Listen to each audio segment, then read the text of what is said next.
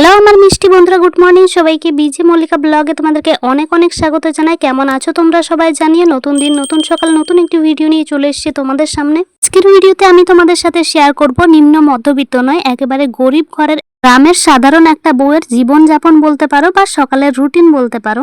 রোজকার অভ্যাস সকালবেলাতে ওঠার, সেই দেখে দেখো ঘুম থেকে ঝটপট করে বর্মশাকে গুড মর্নিং বলে আমি উঠে পড়লাম। আজকে কিন্তু তোমাদেরকে সকাল থেকে একেবারে ভিডিও শেয়ার করব, আগেই ঠিক করে রেখেছিলাম, তাই দেখো আজকে সকাল থেকে তোমাদের সাথে ভিডিও শেয়ার করছি। এই বলে দিই তোমাদেরকে, আমার ভিডিওতে কিন্তু কোনো দামি জিনিসপত্র বলো বা বাসনপত্র বলো বা কিছু দেখতে পাবে না, সবকিছু কিন্তু অতি সাধারণ। এই যেটা আমার প্রথমে কাজ থাকে সেটা হচ্ছে গিয়ে আগে ফ্যানটাকে অফ করে দিয়ে হাতের মধ্যে চাবি ধরে একেবারে জুতো পরে বাইরের দিকে বেরোনো।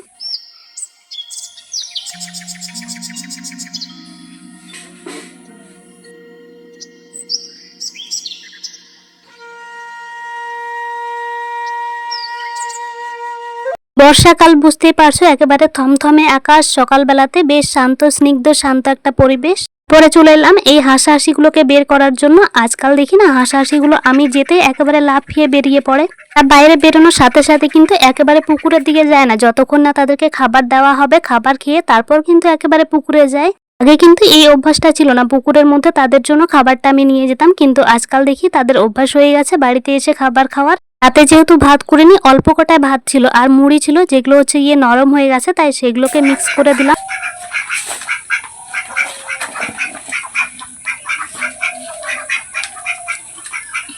তাতে একটু গুঁড়ো নিয়ে নিয়েছি, আর মুড়ির মধ্যে না চানাচুর মেশানো ছিল, তাই দেখে না সবকিছু তাদেরকে দিয়ে দিলাম। তারা তো খেয়ে নেয় ঠিকঠাক।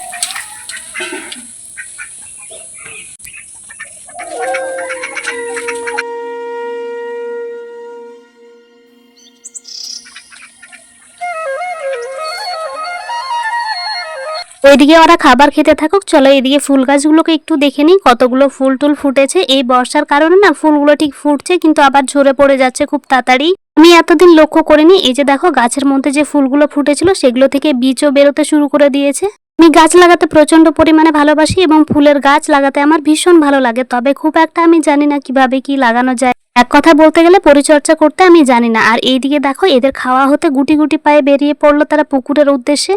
বর্মশাই কিন্তু আমি ওইগুলো ওইদিকে করে বেড়াচ্ছি ঠিকই, এইদিকে সে ওঠেনি, তবে এখন সে ঘুম থেকে উঠলো, আর ওঠা মাত্রই সে আগে যেটা করবে সেটা হচ্ছে গিয়ে বিছানা গোছানো। আমার বরটা কিন্তু ভীষণ পরিমাণে লক্ষ্মী একটা বর, যে কিন্তু সব কাজ আমার করে দেয়। হাতে নাতে কিন্তু এইরকম অনেক কাজই আমার এগিয়ে দেয়, যেগুলো আমার অনেক বেশি পরিমাণে ভালো লাগে। আর ঘরের মধ্যে কিন্তু বিছানাটা যদি গোছানো হয়ে যায় তাহলেই মনে হয় ঘরের অর্ধেকটা কাজ কমপ্লিট হয়ে গেল। শুধু মোছামুছিটা করে নিয়ে ঘরটা ঝাড় দিয়ে বের করে নিলেই কিন্তু কাজ হয়ে যায়।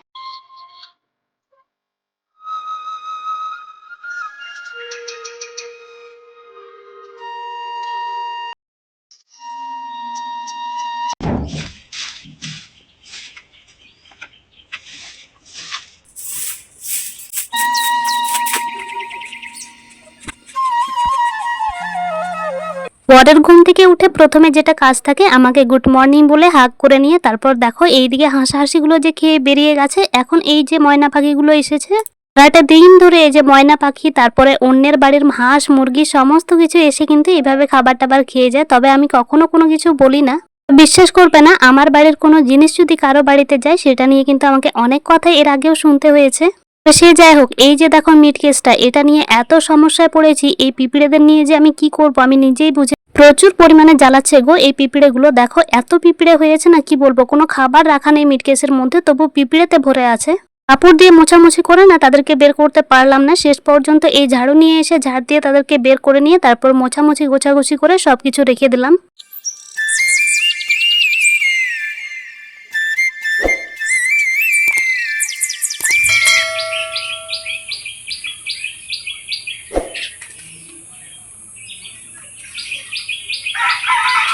এখন রয়েছে ল্যাপা মোছা করার কাজ। হাঁসগুলোকে যেহেতু আমি ক্যারেটের মধ্যেই ভরে রাখি, তবুও কিন্তু নিচের না ল্যাপা মোছা করলে আমার যেন ঠিক ভালো লাগে না। তোমরা আজকাল সুন্দরীকে যে দেখতে পাও না, কেউ কোনো কিছু তো জিজ্ঞেস করেনি। চলো আমি তোমাদেরকে বলে দিই, সুন্দরীকে আমি আমার শাশুড়ি মার বাড়িতে রেখে দিয়ে এসেছি। দুজন মানুষ কোথাও গেলে কাকে দিয়ে যাব দেখার জন্য এই ভেবে কিন্তু শাশুড়ি মাকে দিয়ে আসলাম। সেখানে আমার দিদা শাশুড়ি আছে, তিনি দেখবেন।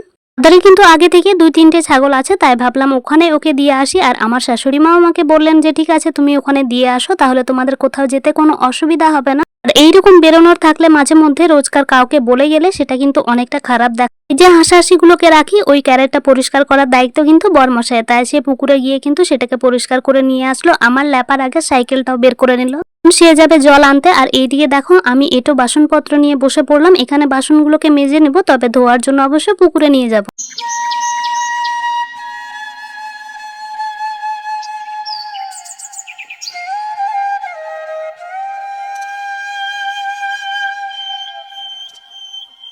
পায়ে যাওয়া মুশকিল, তার উপর যদি চটি পায়ে দিয়ে যায় তাহলে তো অবস্থা খারাপ। এই ভেবে কিন্তু চটিটা খুলে দিয়ে পুকুরের দিকে যাব। আজকে আর ওই নিচের দিকের পুকুরে যাব না, আজকে কাছে একটা পুকুর আছে ওখানে যাব। কর্মশায় দেখো এখানে পলিথিনটা ছিঁড়া ছিল, এই জায়গা থেকে দেখো ক্যামেরা করছে। আর এখান থেকে কিন্তু আমাদের ঘর থেকে দেখা যায় পুকুরটা। পুকুর বলা যায় না এটাকে, ছোট্ট একটা ডোবার মতো।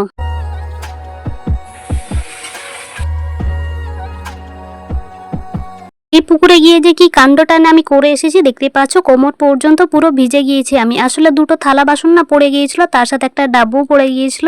তাই ভাবলাম স্নান যখন করতে হবে তাহলে চলো নেমে নিয়ে না হলে তুলে নিই এটাকে। আর নেমে গিয়েছিলাম পুকুরের মধ্যে আর তুলে নিলাম বাসনগুলোকে। গেছে ভেতরের দিকে যায়নি, না হলে তো আমাকে ডুব দিয়ে তুলতে হতো। এইদিকে বরমশাই বের করে নিল বাসি জলগুলোকে, আর সেগুলোকে রেখে দিচ্ছি এই যে পা ধোয়ারটা যেটাতে রাখি জল। আর সে বেরিয়ে যাবে, কুয়ো থেকে জল তুলবে আগে। আর এইদিকে দেখো আমি তাকে টাকা ধরিয়ে দিচ্ছি হাতে, কারণ বাড়িতে একটাও শ্যাম্পু নেই। আজকে আমি মাথা ভিজিয়ে স্নান করব, কালকে ভেজায়নি দেখে নাকি খুব মাথা ব্যথা করছিল, তাই ভাবলাম আজকে সকালে শ্যাম্পু করব। কিন্তু বরমশাই গিয়েছিল দোকানে, দোকান বন্ধ ছিল, তবে অনেক দূরে একটা দোকান আছে ওখানে গিয়েছিল। গ্রামের বাড়ির সৌন্দর্য আমি জানি না ঠিক কি হয়, তবে এই যে সকালবেলাতে ঘুম থেকে উঠে বাইরের দিকে ঝাড় দেওয়া থেকে শুরু করে এটো বাসনপত্র পরিষ্কার করা, পুকুরে যাওয়া, ওখান থেকে আসা, তারপরে 2-1 জনের সঙ্গে টুকিটাকি কথাবার্তা বলা, তারপর থেকে এই যে রয়েছে কুয়ো থেকে জল তোলা, এইসব কিন্তু না অনেক বেশি সুন্দর, তবে একটু কষ্টকর বলতে পারো। আর এইদিকে দেখো সে বেরিয়ে পড়লো দোকানে, আর আমার জন্য শ্যাম্পু নিয়েও আসলো। এসে বলে কিনা অনেক স্ট্রাগল করলাম আজকে শ্যাম্পুটা আনার জন্য।